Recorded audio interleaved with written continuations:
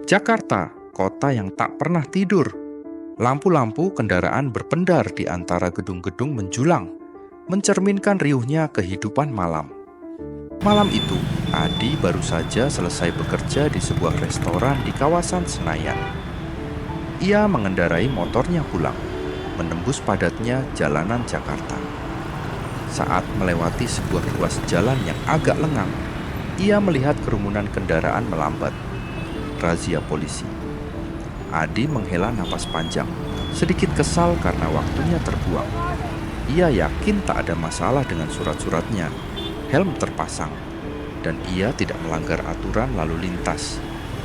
"Selamat malam, Mas. Mohon periksa kelengkapan kendaraan," sapa seorang polisi berseragam lengkap dengan wajah tanpa ekspresi. Adi dengan sigap menyerahkan SIM dan STNK-nya. Polisi itu memeriksa sebentar, lalu berjalan mengitari motor Adi, memeriksa bagian-bagiannya. "Silakan buka bagasi," perintah sang polisi. Adi menurut. Begitu bagasi terbuka, raut wajah petugas itu berubah. Matanya menyipit menatap sebilah pisau set dapur yang terbungkus rapi. "Apa ini?" tanyanya dengan nada tajam. "Itu pisau saya, Pak. Saya kerja di restoran bagian dapur. Itu perlengkapan pribadi saya," jelas Adi tenang. Polisi itu tetap menatapnya dengan curiga. "Kami harus menilang Anda karena membawa benda tajam tanpa izin." Adi merasa darahnya mendidih. "Pak, saya pakai ini buat kerja. Saya chef di restoran. Identitas saya juga sudah Bapak periksa. Jika Bapak tidak percaya, Bapak bisa telepon manajer saya, Pak. Saya nggak mungkin bawa pisau buat hal aneh-aneh," katanya dengan nada kesal. Petugas itu tetap bersikeras. Adi menggeleng frustrasi, lalu mendesah pelan. "Pak, kalau Bapak masih di sini ngurusin saya, lebih baik Bapak segera mengurus kecelakaan yang sebentar lagi akan terjadi. Dalam 3 kilometer ke depan, sebuah truk akan kehilangan keseimbangan dan menabrak kendaraan lain di perempatan," katanya datar. Polisi itu mengernyit. "Apa maksudmu?" "Saya bisa melihatnya, Pak. Kalau Bapak segera ke sana sekarang, masih ada waktu untuk mencegahnya," lanjut Adi. Suaranya tetap tenang. Polisi itu tertawa kecil. "Apa kamu cenayang?" Adi hanya menggeleng.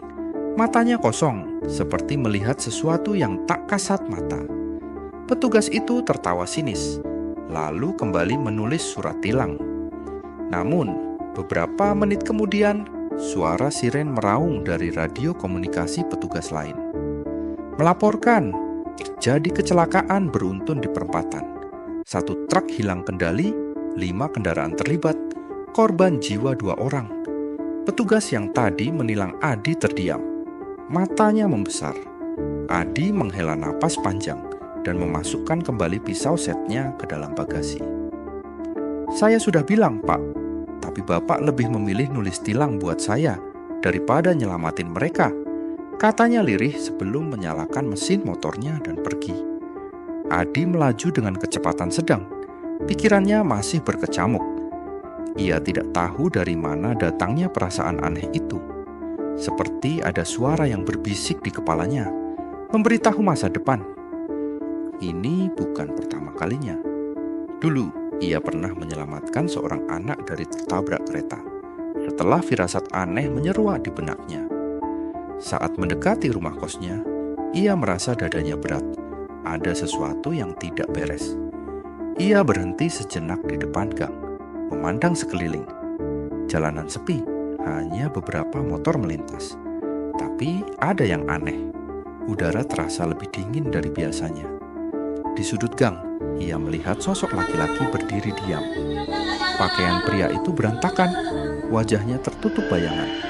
Adi merasa ada sesuatu yang salah. Ia tidak mengenali pria itu, tapi tatapan kosongnya membuat bulu kuduknya berdiri. Sosok itu perlahan berjalan mendekatinya.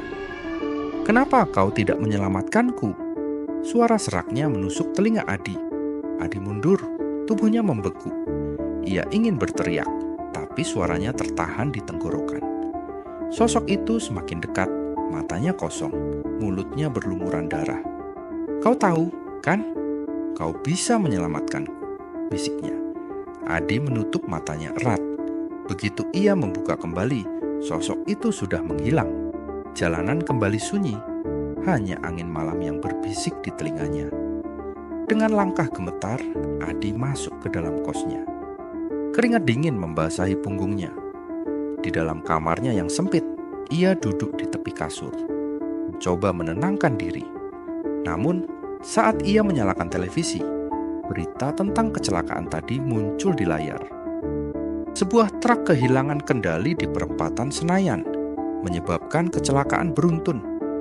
Sopir truk ditemukan tewas di tempat, sementara 2 pengendara motor meninggal dunia.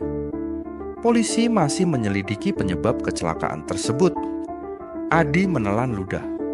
Ia tahu kejadian ini akan terjadi, tapi ada satu hal yang membuatnya semakin tidak tenang.